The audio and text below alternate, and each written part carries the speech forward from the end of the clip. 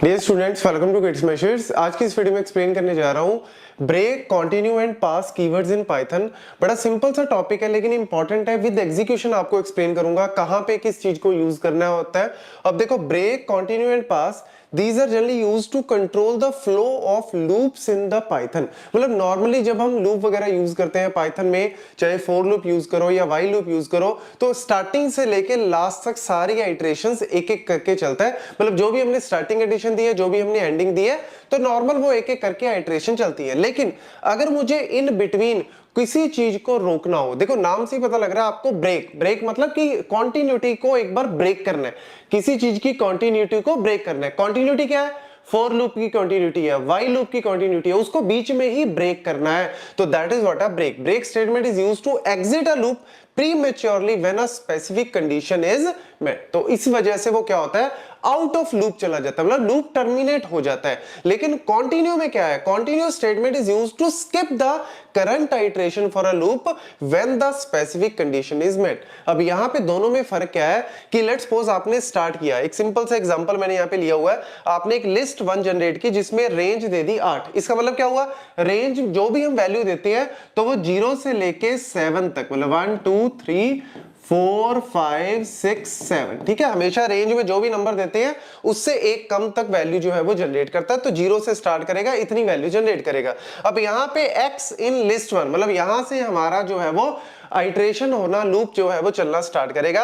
If x, अभी यहां पे वैल्यू क्या है? 0। 0 इज डबल इक्वल टू 4, क्या है? फॉल्स। फॉल्स गया तो अंदर तो जाएगा ही नहीं, अंदर तो तब जाएगा जब ये ट्रू होगा। तो सीधा प्रिंट कर दिया वैल्यू को। तो ठीक है जी, वैल्यू को प्रिंट कर दिया। अब फिर इंक्रीमेंट हो गया, ऑटोमेटिकली इंक्रीमेंट हो गया, वैल्यू यहां पे चली गई। 1 इज इक्वल टू 4 नहीं है जी, तो फिर इसको प्रिंट कर दिया। 2 नहीं है जी बराबर, तो प्रिंट कर दिया। 3 नहीं है जी बराबर, तो प्रिंट कर दिया। 4, जब आइट्रेशन 4 चलेगी तो 4 इज इक्वल टू 4, ये क्या हो गया? ट्रू। अंदर गया, ब्रेक। ब्रेक मतलब खत्म, खत्म, बस आउट ऑफ द लूप आ जाओ, ये आ गया। लेकिन कंटिन्यू में क्या है? अब ये देखो, यहीं पे अगर मैं कंटिन्यू कर दूं, अगर मैं यहीं पे कंटिन्यू कर दूं तो इसका मतलब क्या बना?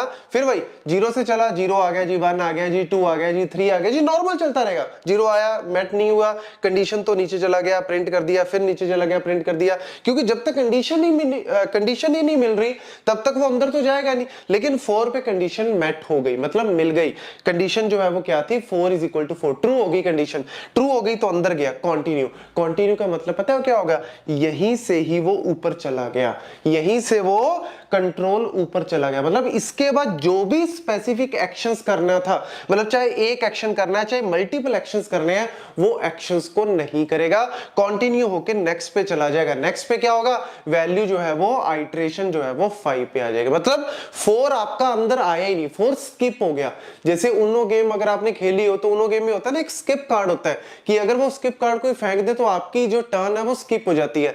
वही चीज है, इसके बाद वाले जो सारे ऑपरेशन स्किप हो गए, सीधा इटरेशन ऊपर चला गया। 5 6 7 आगे जो है वो कंटिन्यू में रहेगा। लेकिन ब्रेक में यही रुक जाता है, ये आगे कंटिन्यू में चलेगा जब तक लास्ट कंडीशन नहीं मिल जाती। बस यही मेन फर्क है ब्रेक और कंटिन्यू का। अब हम इसको एग्जीक्यूशन में देखेंगे कि इसको कहां पे रियल लाइफ एग्जांपल में यूटिलाइज किया जा सकता है।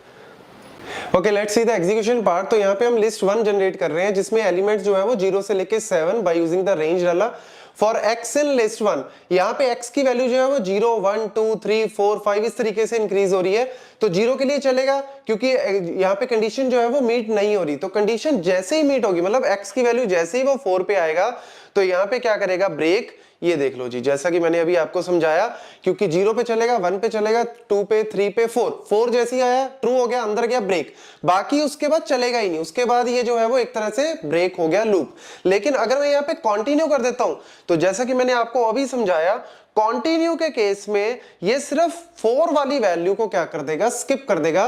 4 इज इक्वल टू 4, ट्रू, अंदर गया, कंटिन्यू। कंटिन्यू का मतलब भैया रुक मत, सीधा ऊपर दोबारा फिर चला जा, मतलब 5 पे चला जा, 6 पे चला जा, 7 पे चला जा।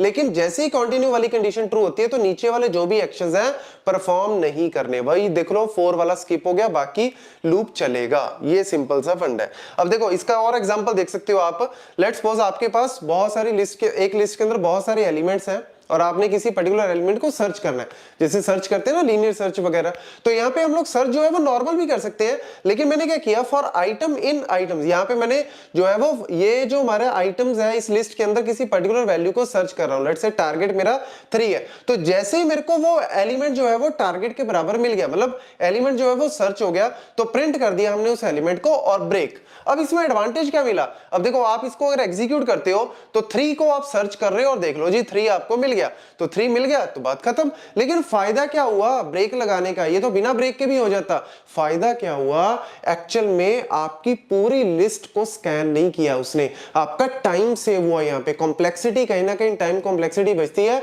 आपको। लेट्स सपोज अगर आप ये नहीं करते ब्रेक तो आपको पूरा सर्च करना पड़ता और फिर वो कहता कि ठीक है आइटम मिल गई, लेकिन इस केस में जैसे ही 3 हुआ 4 5 6 7 8 बाकियों के लिए वो सर्च ही नहीं करेगा, तो टाइम सेविंग जो है वो ब्रेक के थ्रू आपको मिल रही है। और एग्जांपल ले लो एक, लेट्स सपोज आपको जो है वो यूजर से इनपुट करवाना है नेम, लेट्स से यूजर से इनपुट करवाना है नेम, और वो नेम जो है वो फुल नेम है, मतलब आपका फर्स्ट नेम भी है, मिडिल नेम भी है, लास्ट नेम भी है, लेट्स सपोज फर्स्ट नेम और लास्ट नेम है, तो आपने यूजर से फर्स्ट नेम और लास्ट नेम प्रिंट करा दिया। अब देखो फर्स्ट नेम और लास्ट नेम के बीच में स्पेस तो होगा ना, अब आप चाहते हो कि अगर वो स्पेस के बराबर पहुंच जाए, मतलब आपकी जो स्कैनिंग है जैसे स्पेस के बराबर पहुंच जाए तो उसके बाद ब्रेक कर दे। इससे होगा क्या कि फर्स्ट नेम और लास्ट नेम जो फुल नेम है उसमें से जो फर्स्ट नेम आपका पहले आ जाएगा, मतलब स्प्लिट होके प्रिंट करवा देगा। तो अगर मेरे को फुल नेम में से फर्स्ट नेम को निकालना है तो मैं इस क्वेश्चन को इस तरीके से मैं इसको यूज कर सकता हूं। तो देख लो अगर मैं इसको एग्जीक्यूट करता हूं तो ये पूछ रहा है मेरे से नेम डालो, तो मैंने नेम डाला वरुण स्पेस सिंगला, तो देखो ये स्कैन करेगा, सर्च करेगा VARUN, अभी तक जो है वो कंडीशन मेट नहीं हुई। कंडीशन कब बराबर होगी, जब यहाँ पे स्पेस आ गया तो उसने ब्रेक कर दिया, और ब्रेक करते ही क्या करेगा वरुण को अलग कर दिया बाकियों को अलग। तो देख लो आप इस तरीके से अगर आपसे प्रोग्राम में कह दें कि यार पूरे नेम में से आपको सिर्फ फर्स्ट नेम निकालना, तो आप इसके थ्रू भी कर सकते हो, स्प्लिट से भी कर सकते हो, बट इसके थ्रू ब्रेक से भी आप इसको कर सकते हो। और अगर लेट्स सपोज आप कंटिन्यू करते हो तो कंटिन्यू के केस में पता क्या होगा, कंटिन्यू के केस में ये उस स्पेस को स्किप कर देगा और नॉर्मल प्रिंट करा देगा दोनों वैल्यूज को। देख लो यहां पे अगर मैं करता हूं वरुण स्पेस सिंगला, तो ये क्या करेगा स्पेस जो था उसको स्किप कर दिया, बाकियों को एज इट इज चलने दिया, बस ये एडवांटेज है। और जो आपका पास था लास्ट में, पास जो है वो जनरली क्या होता है नॉन ऑपरेशन, मतलब कुछ भी नहीं है, एक प्लेस होल्डर की तरह वर्क करता है, कोई भी ऑपरेशन परफॉर्म नहीं करता। एग्जांपल इसको आप इस तरीके से समझ सकते हो, लेट्स से आपने यूजर से इनपुट करवाया है एज, अगर एज ग्रेटर देन 18 है या लेस देन 28 है तब तो हम कहते हैं कि भैया यू आर वेलकम। और लेट्स सपोज अगर इसके अलावा कोई एज डाल रहा है, मतलब 18 से कम या 28 से ज्यादा, तो क्या करें, या तो एक सिंपल है कि आप एल्स पार्ट में कह दो कि you are not welcome, you are not registered, या आप कह रहे हो कि अभी मैं श्योर नहीं हूं, अभी मैं इसके ऊपर पॉलिसी बना रहा हूं, अभी मुझे टाइम चाहिए कि क्या मैं उसको रिजेक्ट करूं या कुछ और करूं। तो आप क्या करोगे कि सर यहां पे फिर एल्स पार्ट में मैं क्या लिखूं, एल्स पार्ट में अगर मैं एल्स पार्ट को खाली छोड़ता हूं तो ये एरर देगा, क्योंकि आप ऐसे इनकम्प्लीट तो कर नहीं सकते, तो आप क्या करो पास दे दो, पास करोगे तो कोई एरर नहीं आएगा। अगर आप लेट्स सपोज यहां पे देते हो 19 तो ये देख लो जी यू आर वेलकम, और अगर आप लेट्स सपोज उसके अलावा कोई और एज देते हो तो फिर वो एरर नहीं दिखाएगा, वो सिंपली इसको पास कर देगा, नॉन ऑपरेशन है कुछ नहीं है, सिर्फ उसको पास कर देगा, एरर नहीं दिखाएगा। This is the usage of pass. Thank you.